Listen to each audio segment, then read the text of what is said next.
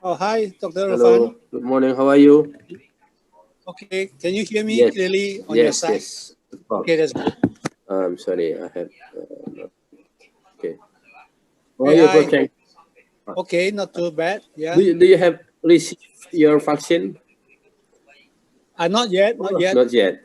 Maybe Oh, sometime why? in, yeah, uh, yeah. So, in our place, the elderly up to 60 years old oh, got first priority. The first one is the healthcare officer, sure, and sure. then the elderly, and then the public official like policemen, Right, and then teachers. right. Yes. Oh, you are not yet. Not yet. So, Maybe sometime oh, in May, I okay. think. Yeah. What kind of vaccine that I broadly received in Malaysia? I think they have at least three types now. One from Pfizer, Hmm. one Moderna, I think, either Moderna. Moderna, and then the Sinovac came in last week from China. Side effect, So yeah. they will have Okay. to decide how to distribute the Oh, yeah, vaccines. yeah, Yeah, yeah. depending on the storage Yeah, facility. Yeah, yeah. yeah. Here that the first thing came is Sinovac because Right. our government has a cooperation, and Indonesia is one of the clinical trials place for Sinovac. Ah, okay. Uh, uh, and it started two months ago, and now mostly that the vaccine is Sinovac. But for the other like Pfizer or Moderna, I don't know because I never heard about this vaccine has to inject it to our people. I don't know why. Is it the permission or what happened? I don't know. But mostly we injected the Sinovac now. Sinovac. Right. Okay. That's fine. Yeah. Okay. Dr. Budi, where are you, Dr. Budi?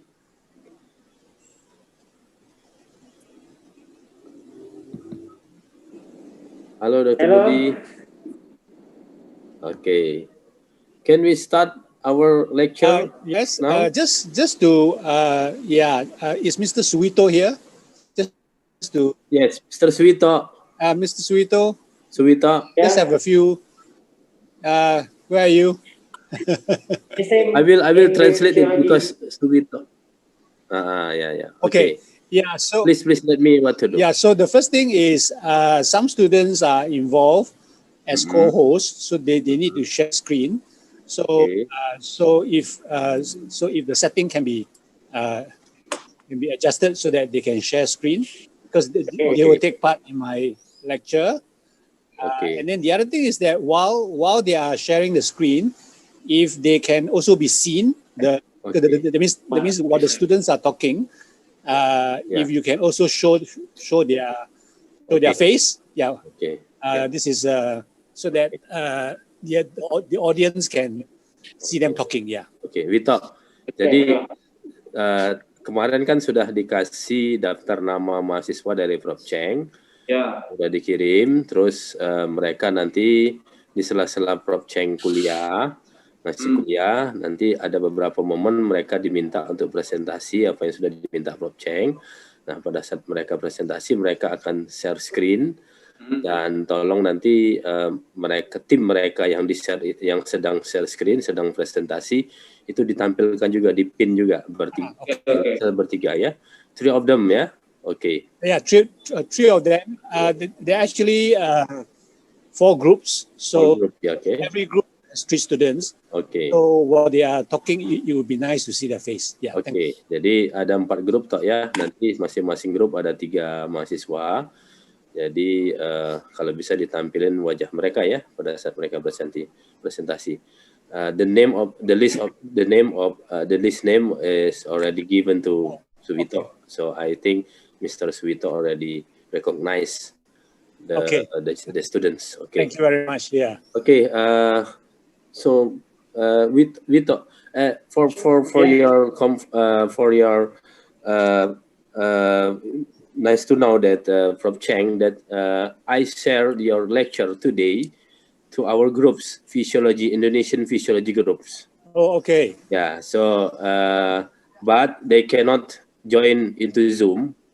They just join with YouTube streaming. Okay, okay, that's fine. Yeah, because it is not allowed for them to join into Zoom. The Zoom is exclusively for our Sure. institution, yeah, for the students. Right. So for your now, nice to know that some of Indonesian lecture and some of others faculty members from others medical students we will see your activity today. Yeah. Nice, nice. Okay. Yeah. Okay. And also, you is nice to know that this is insightful moment with the world class professor. This is our title, insightful moment with world class professor, and of course, you are the one of the world class professor. And this is the first session. This is Okay. the first session, and the second one is we will get the lecture from Professor Adiat Mika from Udayana, and then of course Professor Noriyuki Koibuchi, and Professor Rob and Professor D. Silverton later on, Nice. and Professor Nengtin. So if you want to join when they will present to with our student, I will share your the YouTube streaming when the time is come to for them. Okay. Sure. Okay, thank you. So Professor Cheng, I would like to introduce our student. I believe that you have been met them on the last, I don't know, maybe last month, yeah, bulan yang lalu, yeah. They are freshman years, first years students.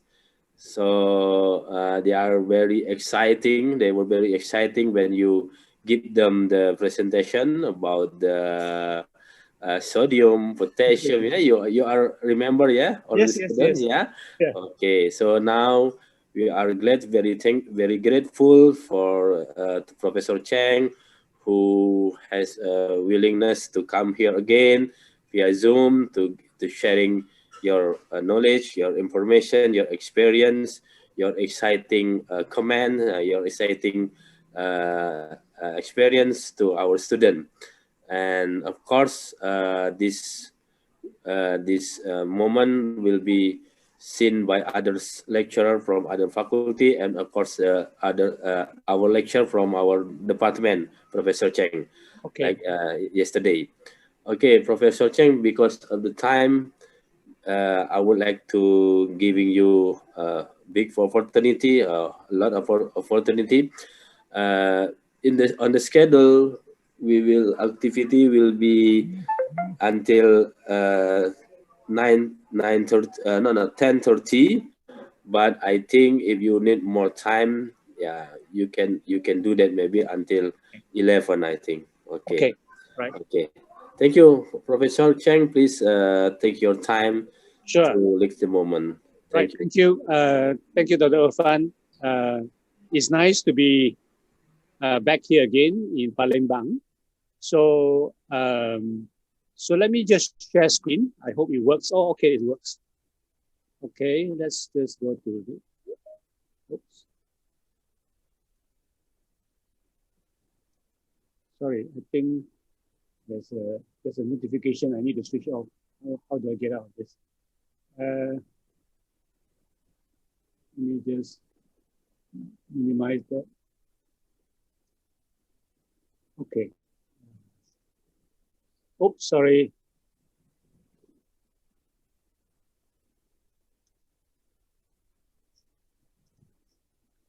Okay, so this morning we welcome students for this concept lecture. So renal physiology is generally fairly complex and convoluted.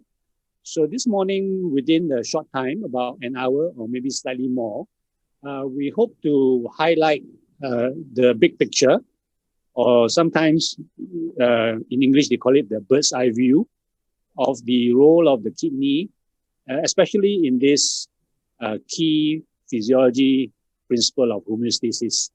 So, and this morning I've decided to do something quite different, and that is to involve some students in helping me to introduce at various points during the lecture. You will see some of your classmates who have actually kindly done some very short presentation, a few minutes. And basically, there are 4 groups of them. And each one of them will come in at various points, which will lead on to one of the key points in my talk. So I hope you enjoy this session. It's that if hopefully post-COVID, post-vaccine, we can meet some of you again in Indonesia and also in Palembang. So this is a picture of the kidney drawn by one of my medical graduates. She's very artistic and have illustrated some of my books. So this is like, you call it the blooming kidney, okay? The blooming kidney, yeah. So I also generally like to leave my contact with students whenever I give a talk, so that after the talk, in the course of your studies in physiology, feel free to contact me. My email is here and my WhatsApp. This is, we have a very green campus, obviously in Malaysia being also tropical. And this is the small garden near the physiology department. So concept of homeostasis is, this concept was originally coined by the French physiologist called Claude Bernard. And he talks about the constancy of the internal environment. And now we know that this internal environment obviously represents the extracellular fluid. And so some of the keywords are here in this picture drawn by a friend. There is control, there is regulation, and obviously one key parameter here is obviously maintaining balance. So we'll be talking about several homeostatic balance, which are regulated by the kidney in the course of this talk. Maintaining balance, and obviously the concept of negative feedback that is part of the homeostatic feedback loop. Okay, so and the word thing here at the top is, I inherited it from my auntie. So, and as you revise and study through your physiology notes, one of the important things is to think through what you are reading and to try to understand most of the physiology. So the word homeostasis is actually coined in the 20th century by an American scientist called Walter Cannon. And he wrote a classic textbook called The Wisdom of the Body. So wisdom is the ability to respond to different challenges. So let me just show you what he looks like. This is Walter Cannon. Cannon is also the person who gave us the description of the sympathetic autonomic system as being involved in the general scenario of a fight or flight reaction. This is Walter Cannon. So let me see what's the next slide. Okay, so at this point, one group of your students, Hafiza, Shanas, and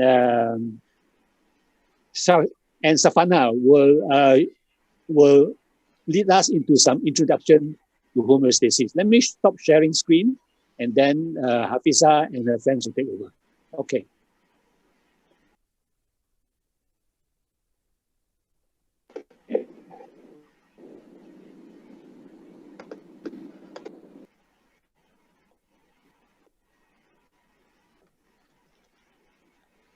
So don't forget to unmute Safana, Shanas, and Hafiza.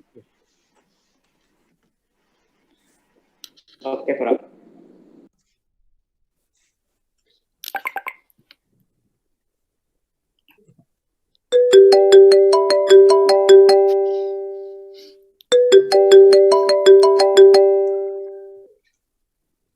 Hello?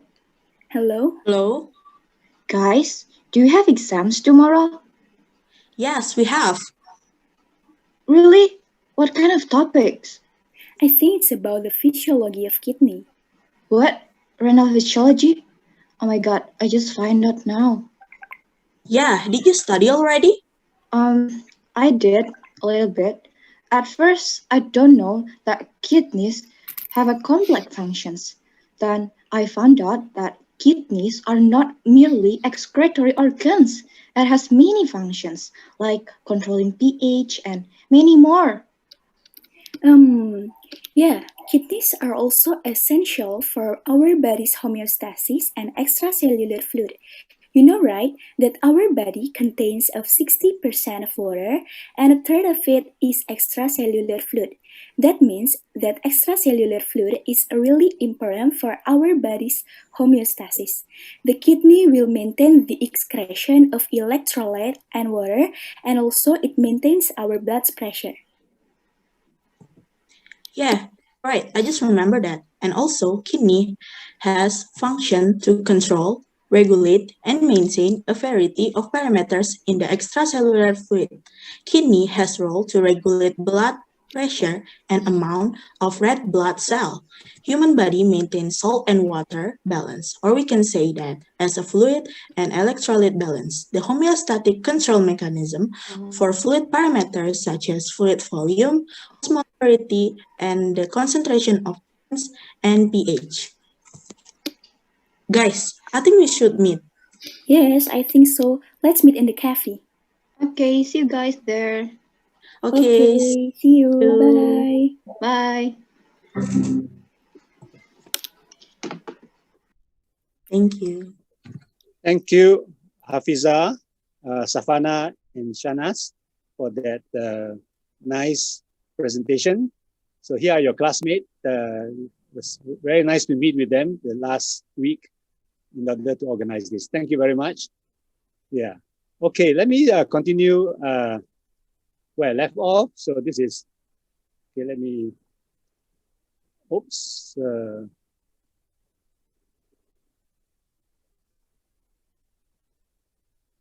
Could I have my slide?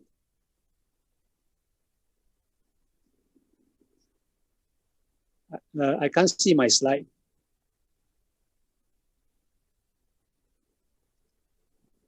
Okay, let me try again.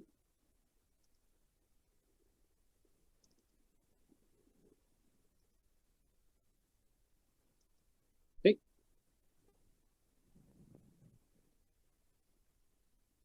Yeah, I can't see my slide, so I'm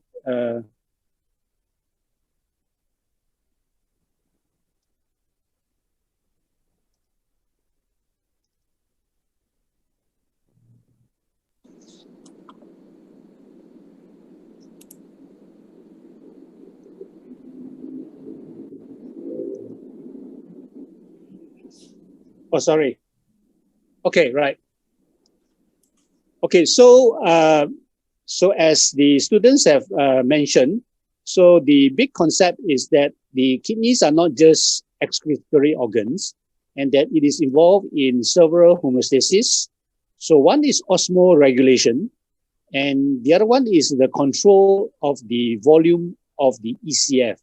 And this we will see in a short while is linked to the control of sodium balance, the control of the volume ECF. And then it was also mentioned, and towards the end, I will talk briefly that the kidneys are very essential in the pH balance, the control of the blood acidity. And we will also talk also on the potassium balance and the control of sodium concentration. So at this stage, let me say that the control of sodium concentration by the kidney, the one in blue, is quite different from the control of sodium balance, which is linked to the one in green, which is the volume of the ECF. And I think for all of us, we have the general knowledge that essential organic solids like glucose and amino acids are freely filtered in the kidney together with the plasma and 100% reabsorbed back into the circulation. So these are the overview of some of the things we'll be talking about: osmoregulation, control of volume, which is the control of sodium balance, control of potassium balance. And let me say right now, before I ask the next group of students to come in to introduce, that when you talk about osmoregulation, it is also related to what is known as the control of water balance. Okay, let me repeat. Osmoregulation by the kidney is linked to what we understand by the control of water balance. Because as you change the water balance, you will change the osmolarity. So, so now I'd like to introduce another three of your classmates, Dania, Sarah, and Ruth, who will introduce a little bit about water balance before I describe a bit more. Let's welcome them.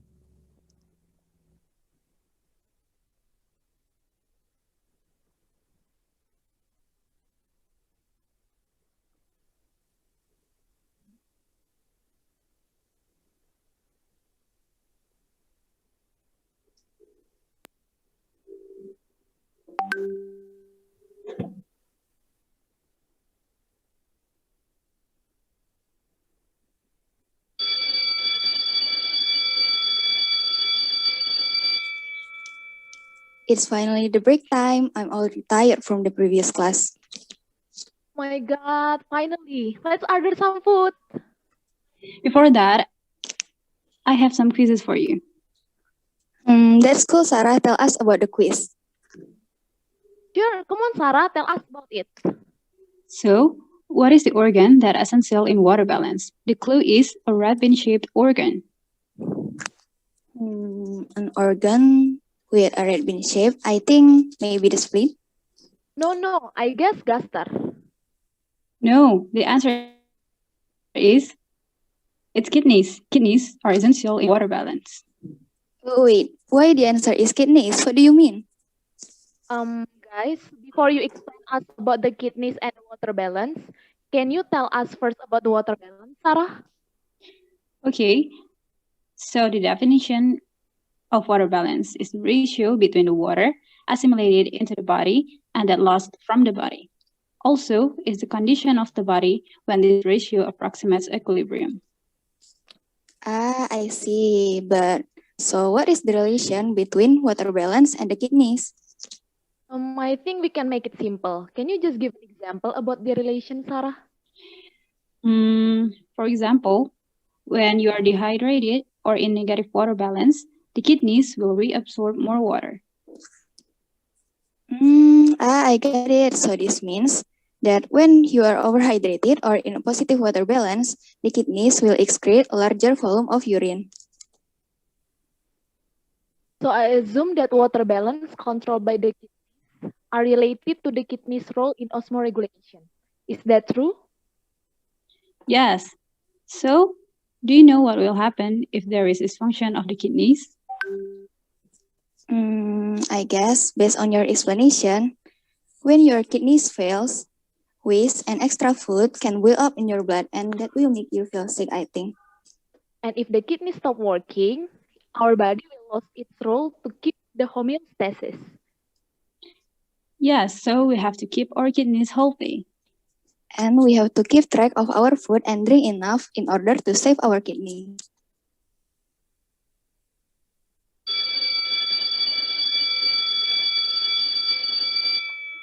Let's go to the class.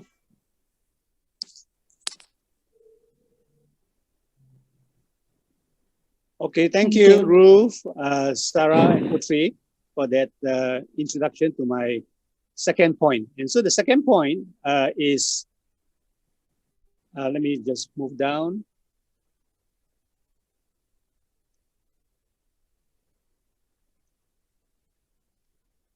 So my second point is the control of water balance. And as I said, the control of water balance is linked to what is known as osmoregulation.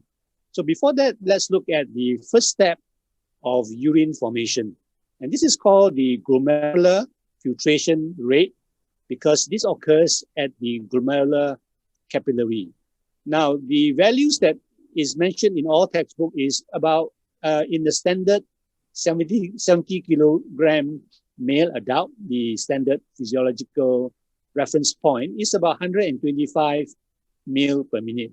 Now, this value may not mean very much, but if you convert that to the total volume that is filtered by the glomerulus in a single day, so 125 times 60 times 24, it works out to a huge volume, 180 liters per day, are filtered by both your kidneys, or the roughly 2 million nephrons in the kidney. So this 180 liters of plasma, which is filtered by both the kidneys, tells you something very essential about kidney function. So if you think about the 70 kilogram male adult that we just mentioned, the total extracellular fluid, the one that we mentioned, the internal environment of all the cell, is roughly 14 liters. So this means that in a single day, more than 10 times of your extracellular fluid is processed by the kidney, because, as we said, the kidney's function is in the homeostasis of the extracellular fluid, the constancy of the internal environment of all the cells. So now, if you have ever thought about your daily urine production, this is about maybe 1 to 2 liters per day. And this tells you again that the second function of the kidney is to be able to recover and reabsorb most of this 180 liters per day. So if you produce about 2 liters of urine per day, this means that the kidney also has an immense capacity to reabsorb water, which will be 178 liters per day.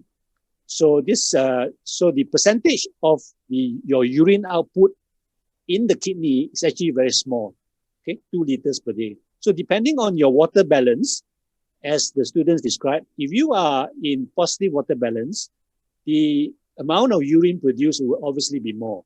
If you are dehydrated and the kidney needs to absorb even more water, then your urine output will be less. So the volume of urine that you produce is a reflection of the compensation of the kidney for either negative water balance or positive water balance. Let me give you some details now. So the ability of the kidney to reabsorb water is due to a very unique, very high region of osmolarity, which you will learn when you move into renal physiology. And this is called the osmotic stratified renal tissue. This is the renal cortex, and this is the renal medulla. So as you move from the renal cortex to the inner medulla, you find that there is a region of increasing osmolarity.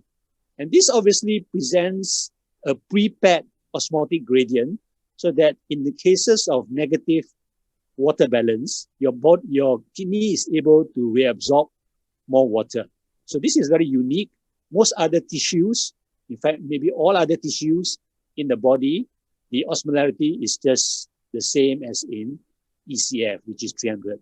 But there is a unique mechanism in the kidney that is able to generate this very high region of osmolarity, so that you have an osmotic gradient that is all ready to reabsorb water. So let's move on. So now, if you see the word here, vasopressin, this is the hormone, as you might have seen in the presentation by the student, that is involved in water balance. The other name for vasopressin is just anti-diuretic hormone.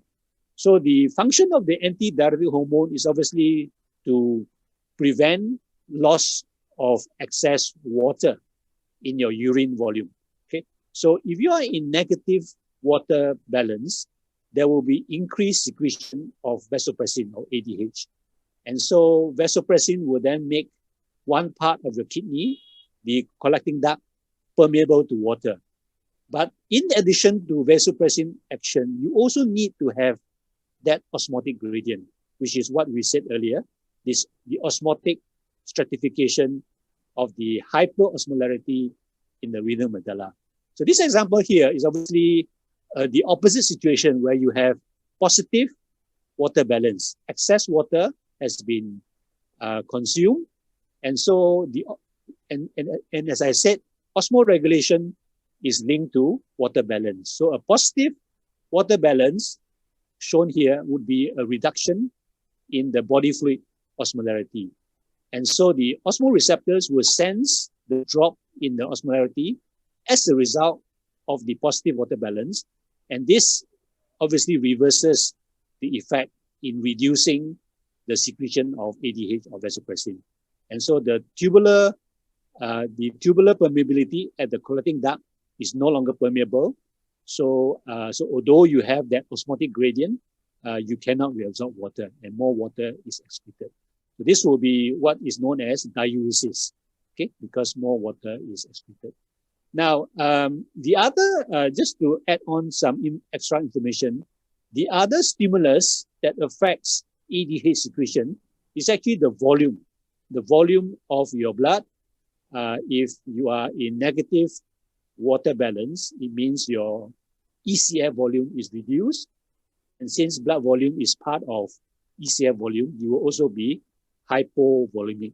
So the other stimulus that also affects ADH secretion is actually volume. So let me just show you the next slide. So here at the top here is a hypovolemia. And so don't worry so much at this stage about the volume receptors, since you are just starting your physiology program. But the volume sensing will also affect ADH secretion. So hypovolemia sensors by different volume sensors will also affect the secretion of ADH, and the same things will happen. Yeah. So so those of you who are taking notes, I will ask Dr. Irfan to make this set of PowerPoint slides available to all of you. So don't have to worry about writing so fast, okay? So you can look at this slide as a reference for your future studies. So these are, so the next slide is, let's see what we have. Okay, this is a fairly complex summary diagram of the control of water balance. So some of the things we mentioned, the osmolarity stimulus, which affects the hypothalamic osmoreceptors. You also have the volume input, which affects the secretion of ADH. Now, I just want to add on here is that the thirst mechanism is obviously another way in which you can respond to your water balance status. So it's obviously common knowledge that as long as you're conscious, if you are in negative water balance, you feel thirsty, there is a group of neurons in the hypothalamus that actually represents the neurons that generates the sensation of thirst. So you will take more water, okay? So this again is a summary diagram of the control of water balance by the kidney involving ADH, as well as also present in the hypothalamus, the group of neurons that is called the thirst neurons. Okay, so that leads us to the next point in my talk, and that is besides osmoregulation, which is linked to control of water balance, the kidney is very essential in the control of the volume of ECF. Now, the volume of the extracellular fluid is linked to something called the total body sodium, or the sodium balance. And here I have with me Aditya, Putri, and Alia, who will now present as an introduction to this control of sodium balance by the kidney. So let me stop sharing and pass the time to them. Okay.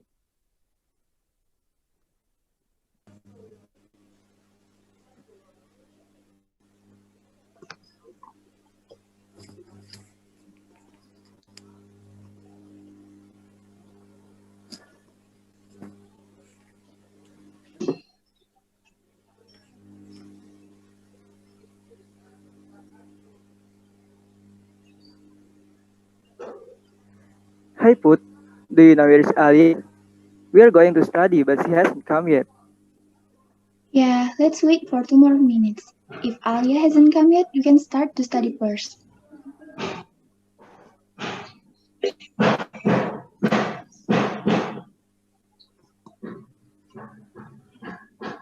guys, sorry I'm late. Okay, Elia, no problem. We can start now. But by the way, why did you come late, Alia? I donated my blood earlier, but now I'm feeling dizzy and weak. From what I've learned, when you sweat or when you donate blood, you are in a negative sodium balance. Yes, since sodium balance affects blood volume, this also indicates that the control of sodium balance is also linked to the control of blood pressure by the kidneys. That's why you are feeling dizzy and weak right now. I think it's gonna be better if you drink isotonic water to maintain your sodium balance. Well, thanks for your advice, but I wanna ask something. I often donate my blood. Is that will impact negatively to my body? I think as long as you maintain our body fluid balance, it will not be dangerous. Donate blood will be good to your body instead. I think so. By the way, do you know which organ that regulates the sodium balance? Yeah, I know. The kidneys are essential in sodium balance, and sodium is the most abundant solute in extracellular fluid. Yeah, kidney has a big role to our body. Wow, amazing. I love my kidney. Therefore, we have to protect our kidneys by doing some exercise, eat fruit and vegetable, and drink more water so we can maintain our body fluid balance. Yes, I agree with you.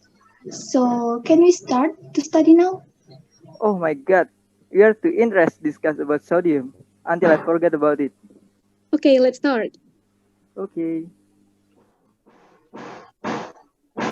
Okay, thank you, Aditya, Alia, and Putri for the introduction to sodium balance. Yeah. Okay, let me.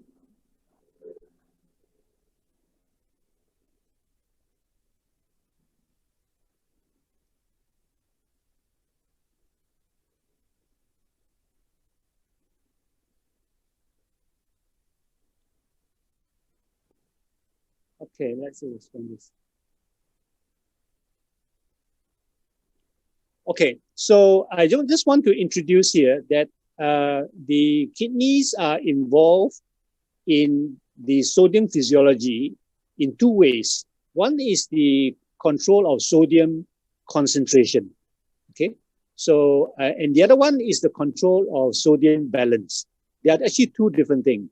So let me say that the control of sodium concentration is actually part of what is known as osmoregulation and water balance.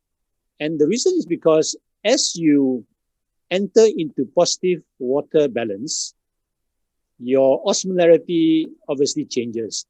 And the most important factor that affects osmolarity is actually your sodium concentration. Okay, so the three things are linked: osmoregulation, control of water balance, and the control of sodium concentration.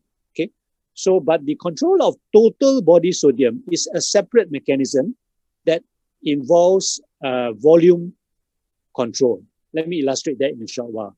So this is one of my favorite cartoon, and in one comic strip actually talks about sodium concentration, hyponatremia. So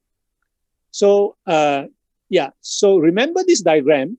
This is one of my recent way in order to summarize small pieces of information, and I hope that this mental and visual diagram will help you. This is a combination of physiology and obviously geometry.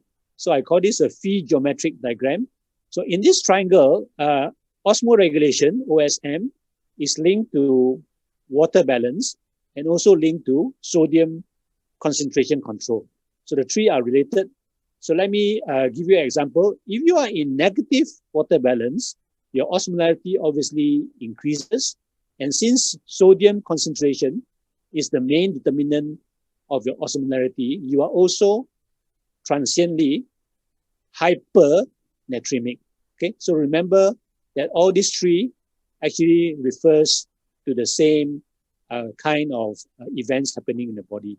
So when the kidneys osmoregulate, it is also responding to changes in water balance.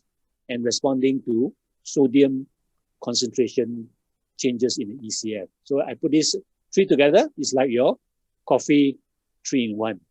Now, when you talk about sodium balance, total body sodium control by the kidney, as mentioned by the students in the case of the person who has donated some blood, every time you lose body fluid, you always lose sodium because sodium is the main electrolyte in your body fluid. So let's move to the next slide. So this is, you've not done renal physiology yet, but let me just summarize a lot of renal physiology by making these sentences.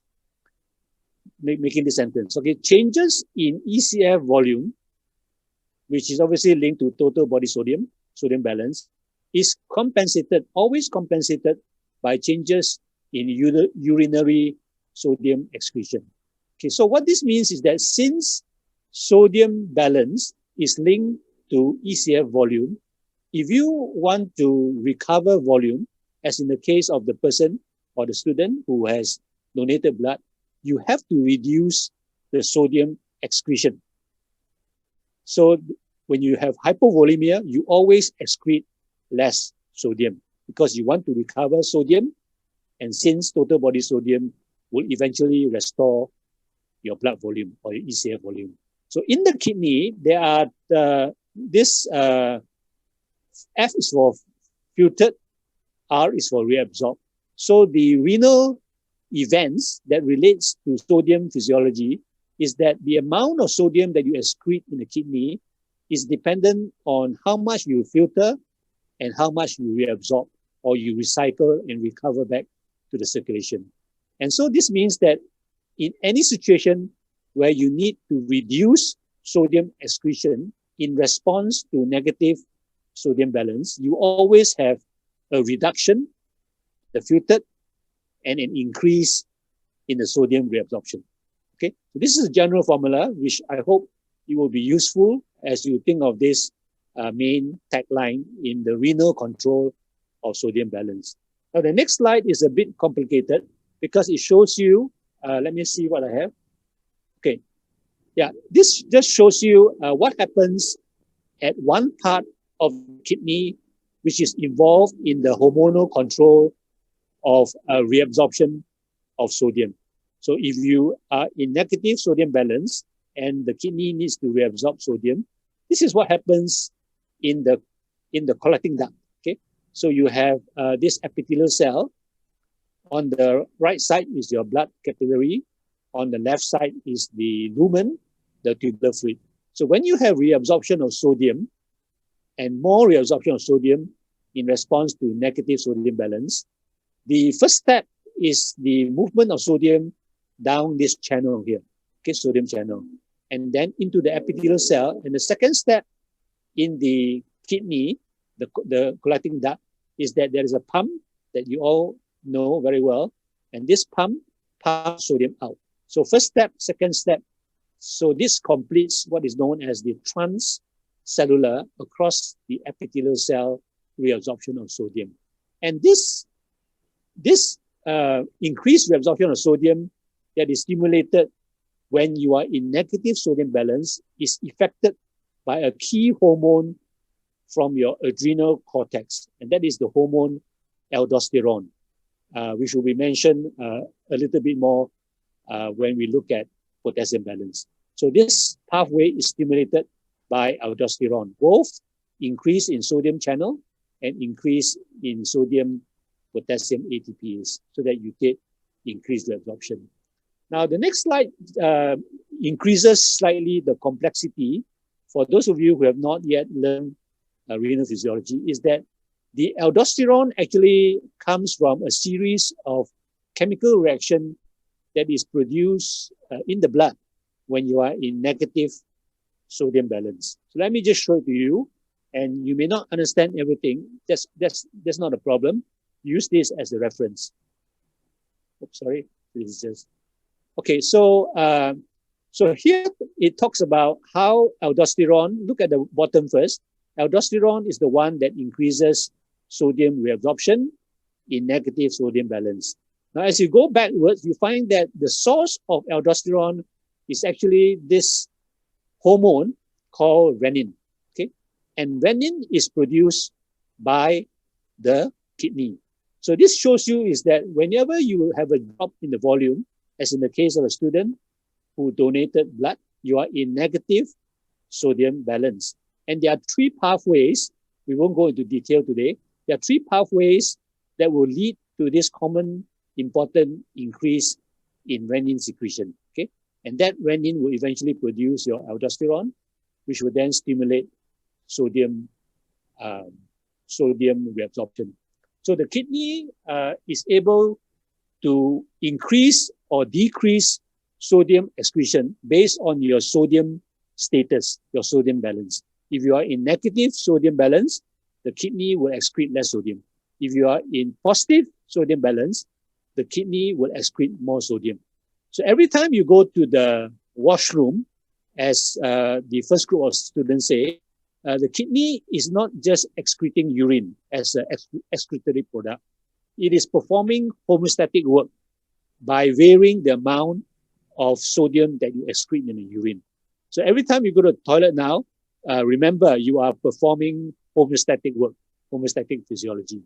So I think the next slide is, so this is obviously our Corona season where everything is done online. So this is a Corona-inspired renal slogan. This sounds like sanitizers and social distancing. So in negative sodium balance, the kidneys can reabsorb sodium that is always accompanied by chloride. Saline is a sodium chloride. And in scenarios of positive sodium balance linked to increase in volume, the kidney can excrete the excess sodium and help to restore the volume. So let me move on to the next slide. Okay, this is, so we cannot do this here because this is online. This is a song that was written some time ago about sodium physiology.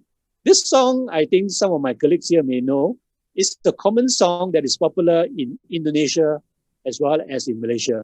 It is the song Rasa Sayang, okay? So keep this. If you feel a little bit bored being quarantined at home, try to sing this sodium physiology song to Rasa Sayang. Okay, let me now try to put this all together. We've talked about control of water balance by the kidney, and we've talked about control of sodium balance by the kidney. So in this common example where you exercise and you sweat, actually you don't really need to have severe sweating to have this scheme. You can just remove severe. So every time you sweat, you enter into two different kinds of changes to both the water balance and the sodium balance. So obviously you have lost fluid, so you are in negative water balance. So your osmolarity has increased, your sodium concentration has increased because you are dehydrated. And so as we saw in the first point, that the hormone vasopressin is the main one that is involved in restoring the water balance. Now, in the same situation, whenever you lost body fluid, now in the form of sweat, you always lose total body sodium. So you are in negative sodium balance. So the way in which the kidney or the body responds to recovering the sodium balance in order to restore this volume is by decreasing the sodium excretion. Okay, so this is done by, as you saw here, remember the equation, E is F minus R. So if you want to reduce the excreted sodium, you reduce the F, which is a temporary reduction in the GFR. Okay, this will reduce the filtered sodium. And then we have already mentioned that there will be increase in aldosterone that came from the renin angiotensin pathway. So with that, I think we move to, let me just introduce you that in the loop of Henle, a lot of events are happening in the kidney. So we need to acknowledge this famous, iconic physiologist called Frederick Gustav Jakob Henle. So that leads us to the next point is on potassium balance. So here, let me welcome Ananda Shinta and Fatia, who will introduce us a little bit to potassium balance and the kidney's role in it.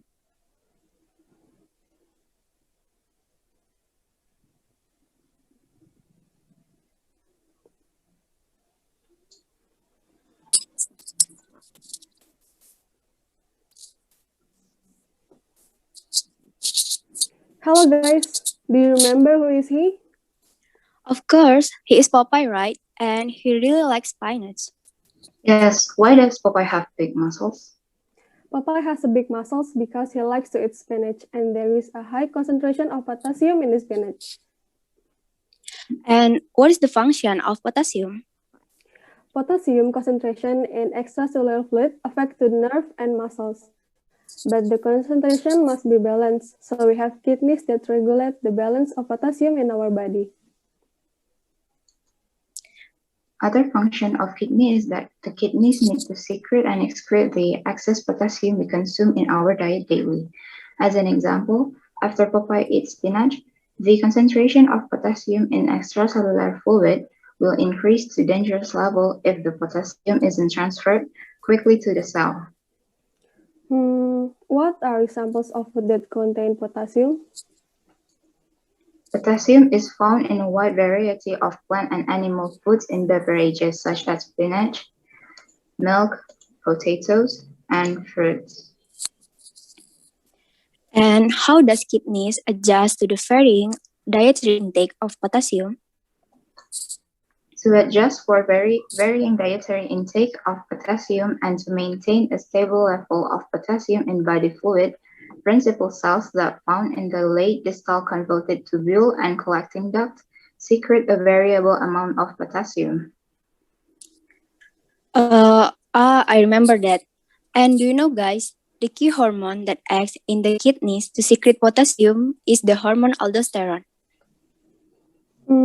Where is aldosterone come from and what is its function? Aldosterone is created from cholesterol within the glomerular zone of the adrenal glands. Aldosterone's primary function is to act on the late distal tubule and collecting duct of nephron in the kidney, directly impacting sodium absorption and potassium excretion. It also indirectly affects the excretion of hydrogen ions by changing the amount of potassium in the lumen of the nephrons, causing downstream consequences on alpha intercalated cells. Lastly, it affects blood pressure by regulating the amount of sodium by increasing or decreasing the total amount of volume in the extracellular fluid. So in conclusion, the kidney are essential for potassium balance. The kidney needs to secrete and excrete the excess potassium, and the key hormone that acts in the kidney to secrete potassium is aldosterone. And also, it contributes to homeostasis by altering blood composition, pH, volume, and pressure, maintaining blood osmolarity, excreting waste and foreign substances, and producing hormones. Yes, you're right. But remember, guys, we have Prof. Cheng class in 5 minutes. Oh no, let's go back to the class. Okay, thank you, Shinta, Ananda, and Fatia for that nice introduction. Yeah.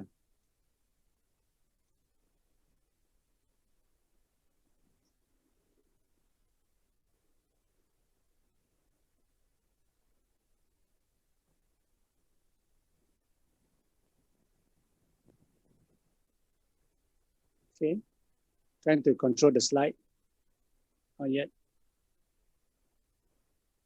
Responding yet.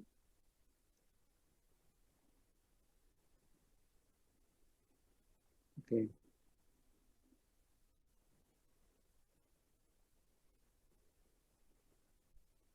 Okay. So it's a nice example done by the student in using Popeye. So next time you think of Popeye, Popeye starts with P, you will think of potassium and the renal role in potassium balance. So let me just summarize here at this stage that the renal handling, we call it handling because that refers to the renal process. We've just said that for sodium control, sodium balance control, it involves filtration and reabsorption. For potassium, as the students have mentioned, you have an extra important event by the renal tubules, and that is secretion. For potassium control by the kidney, you have excreted potassium is filtered minus reabsorbed plus secreted. The reason why the secretion of potassium is essential because on a daily diet, you are adding to your ECF extra potassium. And if most of you may already know that the extracellular fluid potassium is kept at a very low concentration, about 4 to 5 millimole. So every time you consume your food, you are adding in excess potassium. And so the body is able to respond to the transient hyperkalemia after a meal by increasing the secretion S and the excretion of potassium. And this nicely is also under the same hormone aldosterone. So the same hormone aldosterone, the steroid hormone from the adrenal cortex, increases sodium reabsorption and also at the same time also has a role in the potassium homeostasis by the secretion of potassium in the kidney. So let's see what we have. So this is just the overall scheme, and don't worry so much about the exact values. These are just quantitative values to show you that most of your potassium is inside your cells, because as most of you already know by now, potassium is the major intracellular electrolyte. So most of your potassium is in the cell, and obviously there is a relationship between the extracellular potassium, which is much lower, and the intracellular. So here just shows you that on a normal diet, roughly 100 millimole or milliequivalent of potassium, most of that is absorbed, some is excreted in the feces. And then the main point here, if you look at the kidney here, is that most of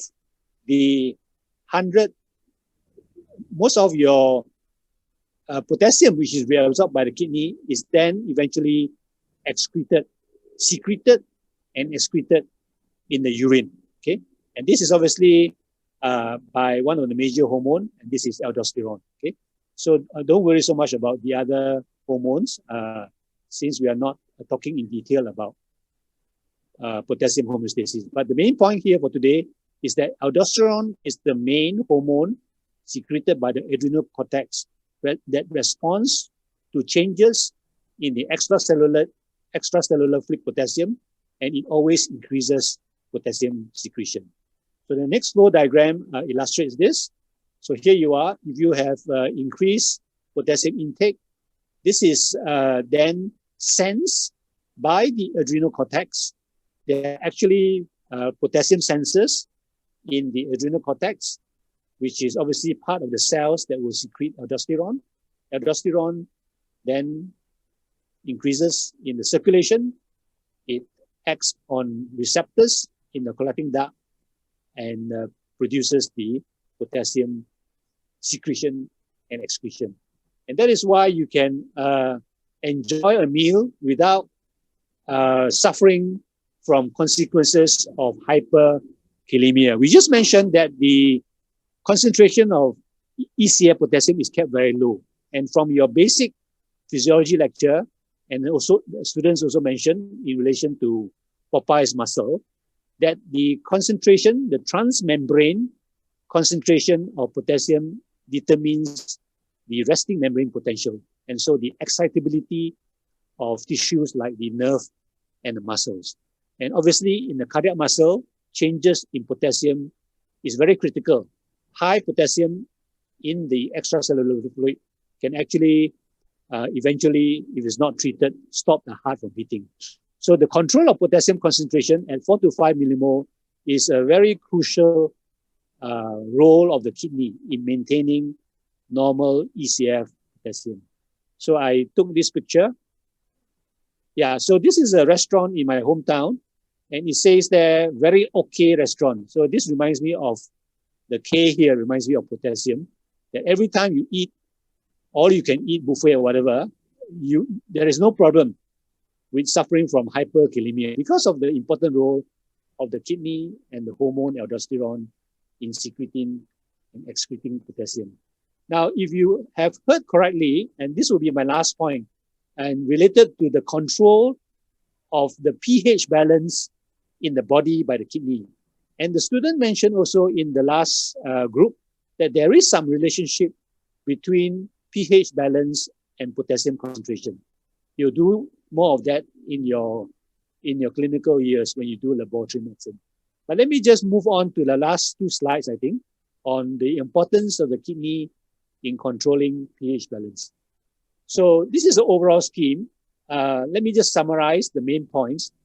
This is obviously what you consume. Now, there are two main types of acid that you produce daily in the body. One is obviously related to carbon dioxide. You call it carbonic acid.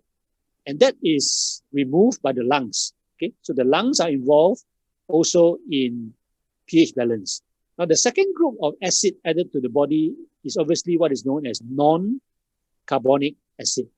And that non-carbonic acid, although it's a very small fraction of the total acid which is added to the body, can only be removed by the kidney. And that is why in cases of renal problem, you always get acidosis, because the small fraction of non-carbonic acid accumulates and cannot be removed by the failing kidney. And so there's a relationship between lung function and kidney function in the overall control of blood pH. So I think this is maybe the last slide. So let me leave you with this big picture as you move on to learning about the lung and the kidney, that the chemical buffers in the body, chemical buffers are like the first responder, the frontliners of pH control, are linked to one of these major organ system. So the bicarbonate carbonic acid is actually a major extracellular chemical buffer. And this chemical buffer is linked to two major organ systems, the respiratory system that controls the carbonic acid denominator, and the renal function that controls the bicarbonate factor. And so we talk about the integrated physiology of the respiratory system and the renal system in the overall control of blood pH.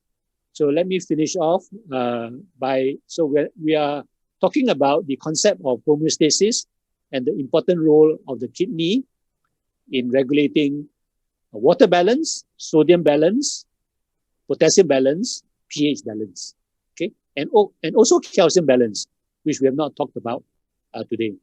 And so think homeostatically, and I hope that you will enjoy your physiology in the days to come. I think this is my last slide. So enjoy understanding and thinking through your physiology. Thank you for listening, and thank you for all the students who have participated in this pioneer activity. Thank you very much.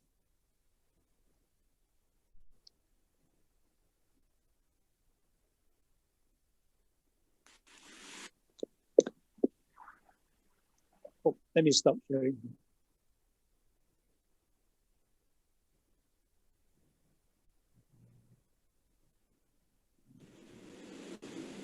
Oke, baiklah. Apakah ada yang ingin ditanyakan? Dari mahasiswa FK, silakan yang mau bertanya kepada Prof. Cheng.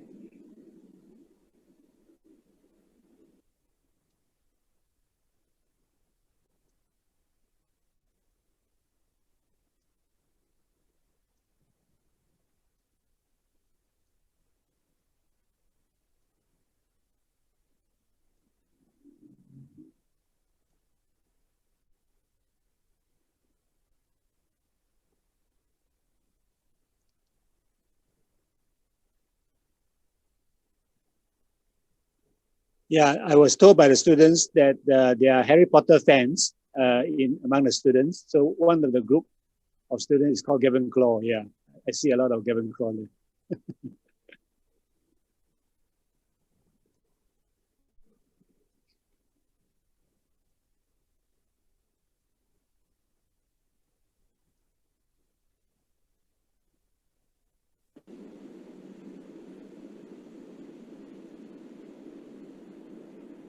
What does the name, sorry, just curious to ask, what does the name alpha derive from? ALPHARD.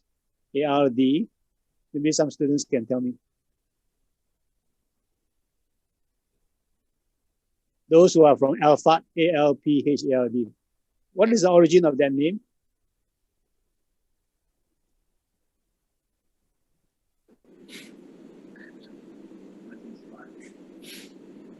Ada pertanyaan dari Prof. Cheng. Apa nama hormon? Coba, apa yang tahu?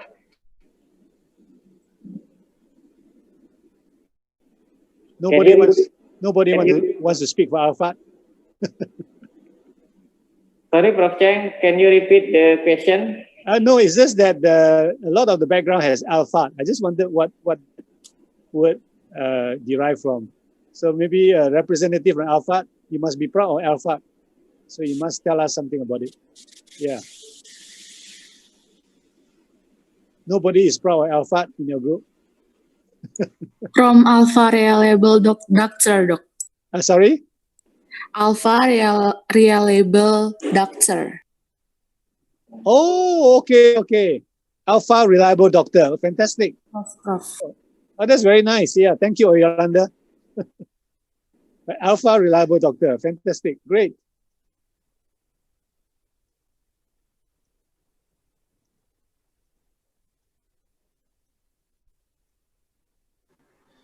Okay, guys, do you have any question for Professor Cheng? I think it's very interesting and interactive lecture from Cheng. Yes, I think the students have done very well, and I was Okay. able to build on their creativity. So, Prof. Cheng, I think that the students are quite shame. So Sure, no problem. It's actually, okay. that maybe I propose Cheng to give questions, and I think 3 or 4 questions. Oh, they're raising hand. Arkan and Nadira. Okay, Arkan and Nadira. Okay, Arkan first, and then second one Nadira. Please, Arkan. Please unmute. Unmute. Hi, Arkan. For Arkan. Hello, Professor. Good morning. How are you? Okay, yourself. Okay. So I would like to ask a question about kidney, but it's more related to the disease of kidney failure. So I had an uncle who had a kidney failure, and over time, his body becomes so thin, and to the point that I can see his bones. So what is happening to my uncle in regards to kidney function?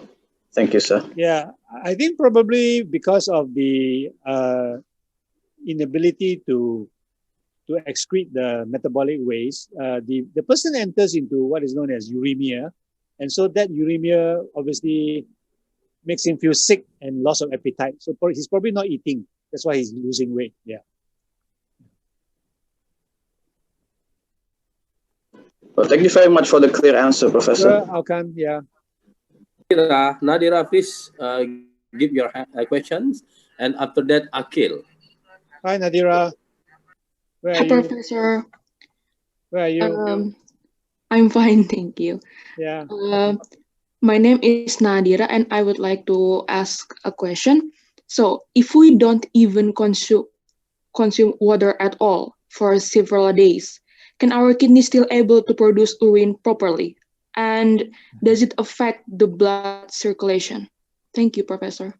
Yeah, so obviously, if you do not drink at all, let's say you are stranded in a desert or something like that, then obviously, eventually, your blood volume will be less and less, and that will affect circulation to your brain. So definitely, yeah, you will not be able to survive so long.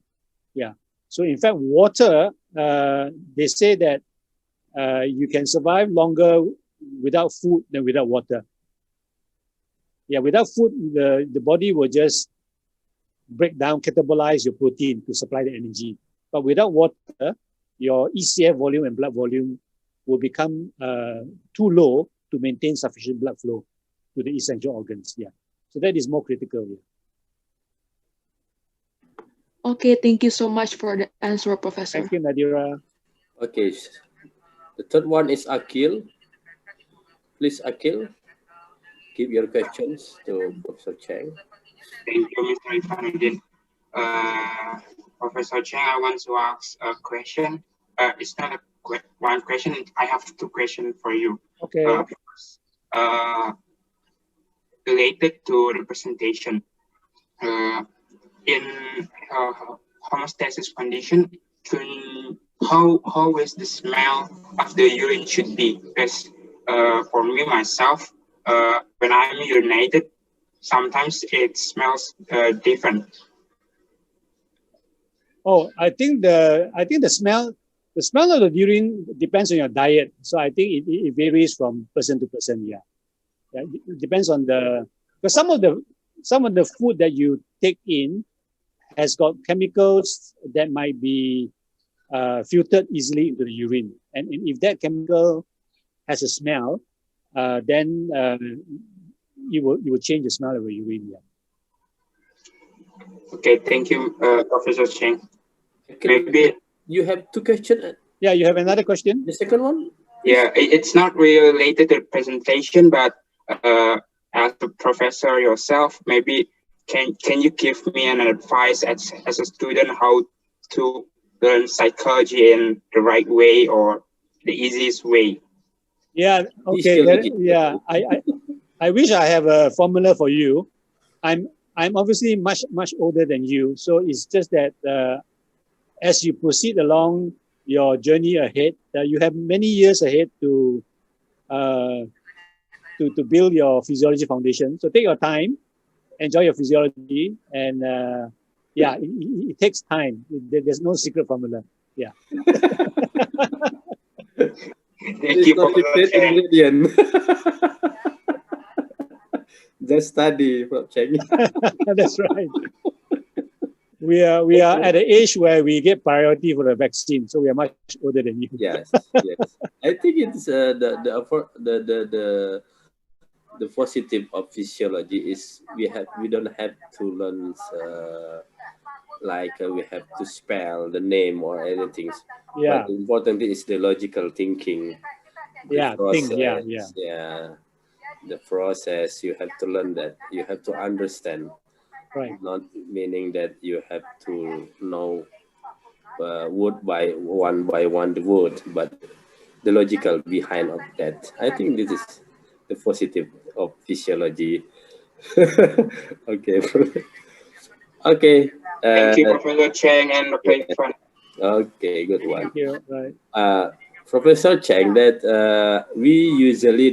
I usually ask the student one or two questions, and for those who can answer the questions, we will give the additional score or feedback or for quiz, something like that. Yeah. So we have regular quiz for each week. That's good. That's good. And somebody who can answer the question from the teachers. So the teacher will note the name of him or her, and we will add the score to his quiz. So I ask you to give maybe 2 or 3 questions for students. Oh, I see. Yeah. And someone who can answer that, we will note it as a bonus for the score. Lex, please, Professor Cheng. Yeah. So question based on the lecture because they haven't done so much of renal physiology, right?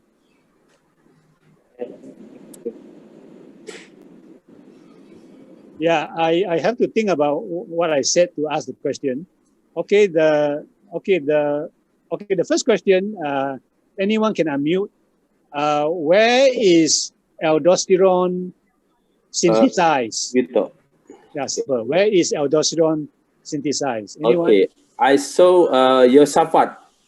Okay. Raise hand. Okay, Yosafat, please unmute that.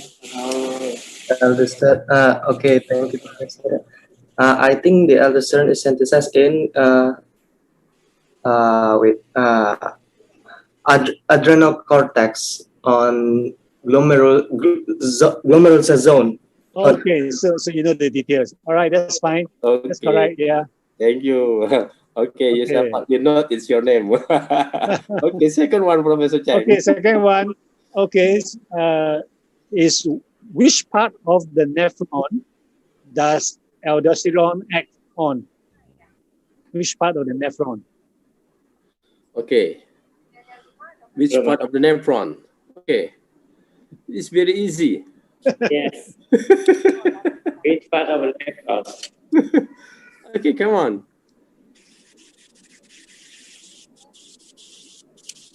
Yeah, it's also mentioned by the student. Yeah. They showed the diagram also. Come on, please. No one. Sahnas. Okay, Sahnas, please. The target is in distal convoluted tubulus. Is it true, Prof?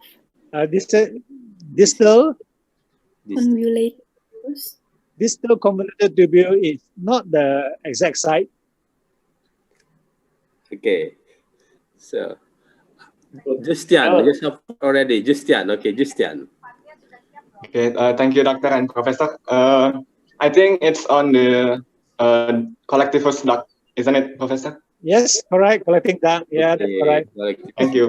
Okay, good one. Okay, the last question, Professor Cheng. Last question. Okay. Okay.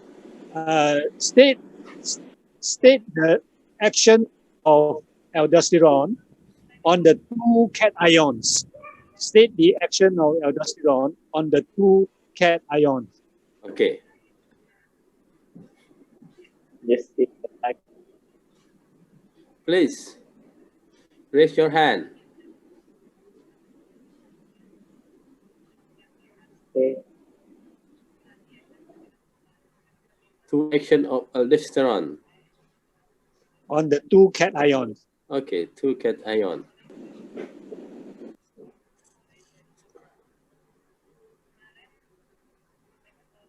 Okay, Sinta, please. Sinta first. Okay, Prof. I think aldosterone acts directly impacting sodium absorption and potassium excretion, Prof. Sorry, the mic is not so clear. Can you say again?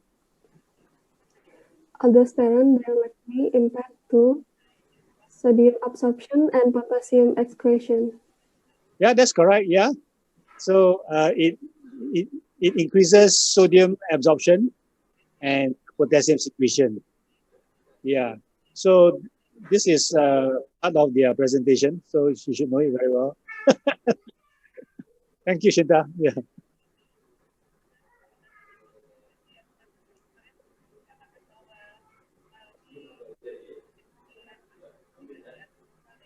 So aldosterone is like a multitasker. You can do two things at the same time.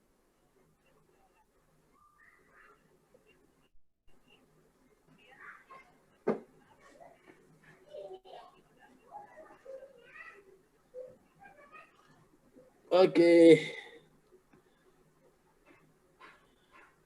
Okay, Prof Cheng, I think let me offer my thanks.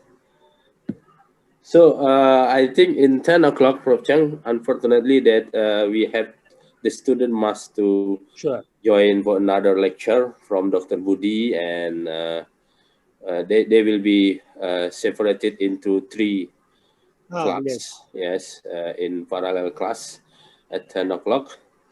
And I, as maybe Dr. Budi, hello Dr. Budi. Ya, mungkin ucapan terakhir lah. Please give your last comments for the Professor Cheng, for the nice presentation and for the nice interactive lecture. And I get some message from another physiology teacher from other faculty, Professor Cheng. They said that you are very good, your presentation and your interactive lecture with our student is very interesting for them. Thank you very much. Maybe Dr. Budi can give last comment for Professor Cheng. Okay, thank you, Professor Cheng. It is interactive lecture, and we hope you will give another lecture to our student. And ya, terima kasih Dr. Irfan dan semuanya. Kita ucapkan terima kasih kepada Prof. Cheng. Thank you, Prof. Cheng. Professor. Thank you. Okay. Thank you so much, Professor. Thank you so much. Professor. Professor. Good day, Professor. Yeah. Okay, Professor Cheng. Bye bye. Bye bye. Hello. Bye bye. See you. See you next to IUPS. I hope 2022. Hopefully, yeah. But in August, I hope we can meet you in Makassar or online. I don't know. Online, Makassar. Online. Wow. Yeah. Okay lah. Okay. Yeah. I hope that we can meet again in Beijing 2022. Okay. Bye. See you. Thank you very much. Welcome. Yeah. Thank you, student. Again. Bye. Yo, thank you. Bye. Selamat. Sampai jumpa. Budi, silakan lanjut ya. Tunggu ya, istirahat dulu. Vito, 10 menit. Nanti dimatiin aja. YouTube-nya, streamingnya dimatiin aja, udah habis. Ya, saya istirahat 10 menit, nanti dibagi ke breakout room. Iya.